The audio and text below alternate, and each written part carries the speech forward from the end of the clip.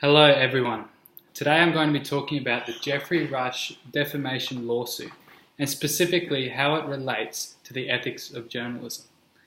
Essentially, I'll be answering the question of whether or not the journalist and media outlet that published the story detailing Geoffrey Rush sexually assaulting a co-worker had acted ethically or not in regard to Geoffrey Rush's right to privacy as a public figure. In recent months, many women have come forward and detailed disturbing accounts of sexual harassment and assault undergone by public figures in the workplace. This seems to be an epidemic which has swept the entertainment industry. The Harvey Weinstein case, for example, in which the Hollywood heavyweight's reputation was shattered and he was disgraced across the world. Such movements in the realm of workplace behaviour and women's rights are gaining traction across the world, as are the stories of disgraced public figures. The journalists involved in such stories are no doubt proud, and so they should be. As a result of such successes, sexual harassment and assault claims have continued to surface against many famous figures. And it is within this context that Jonathan Moran published the article in the Daily Telegraph. The appeal is understandable. These news stories seem to tick all the boxes. They involve famous figures and allow a journalist to be responsible for justice being done unto a guilty party, to expose them to the world. But amidst the excitement and urge to be first, perhaps accuracy and ethics were forsaken in this case. Throughout his career, Geoffrey Rush has been a respected and likable actor. He has been inoffensive and likable throughout his work. Since the article was published, Rush has stated the article made him out to be a pervert and sexual predator, and he has sued for defamation. Almost immediately after the article was published, Rush was forced to step down from his position as the president of the Australian Academy of Cinema and Television Arts, and he was implicitly added to the pile of high-profile sex offenders outed in recent times.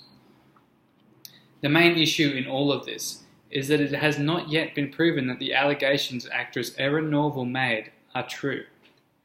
Yet, they have been published in an incriminating fashion which has left Rush and his family to be exposed to a shocking and potentially relationship-ruining scandal. Rush has also put forward in his lawsuit the issue of having already lost employability and had his reputation damaged. Ethically, there are two main questions to ask in the analysis of the Daily Telegraph and Moran's publication. First, was the course of action they took the only right action to take? And secondly, what are the consequences of this action?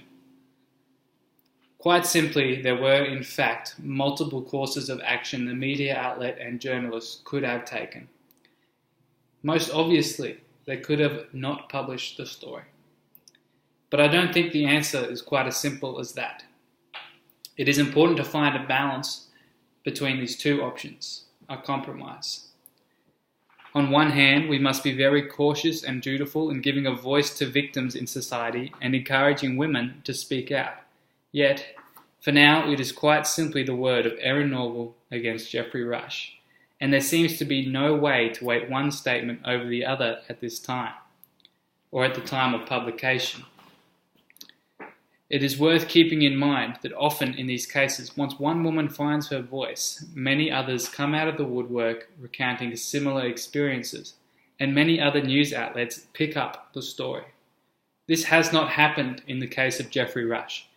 No other woman has come forward, and the story was only republished by one other news outlet, a Hollywood tabloid. In reference to the second question, the consequences, Geoffrey Rush has lost a public position as a result of the article, his reputation was damaged, and as an extension he has suffered economically and become less employable. On top of the emotional and personal issues he is going through with his family. Regardless of Rush's innocence, his wife and children are blameless and don't deserve to be taunted by accusations toward a loved one before all the facts have been laid out in court. But we must also consider that the publishing body had the opportunity to expose a criminal and to inspire judicial action against a predator, whilst also advancing their own career and reputation and doing right by Erin Norval. Overall, the Daily Telegraph and Mr. Moran had taken a selfish approach in which they had forsaken the ideal of innocent until proven guilty. Whilst an alternative is not abundantly clear, Moran and the Daily Telegraph had a responsibility to allow both Mr. Rush and Miss Norval the opportunity to have their case heard in court or come to an agreement privately, before the accusations and details are made public. More effort should have been taken to ensure Rush's family was not exposed to the details until the accusations were confirmed or disproved. The Daily Telegraph and Mr. Moran should have encouraged Miss Norval to pursue her case in court and wait for a result to be heard before publishing a story such as this.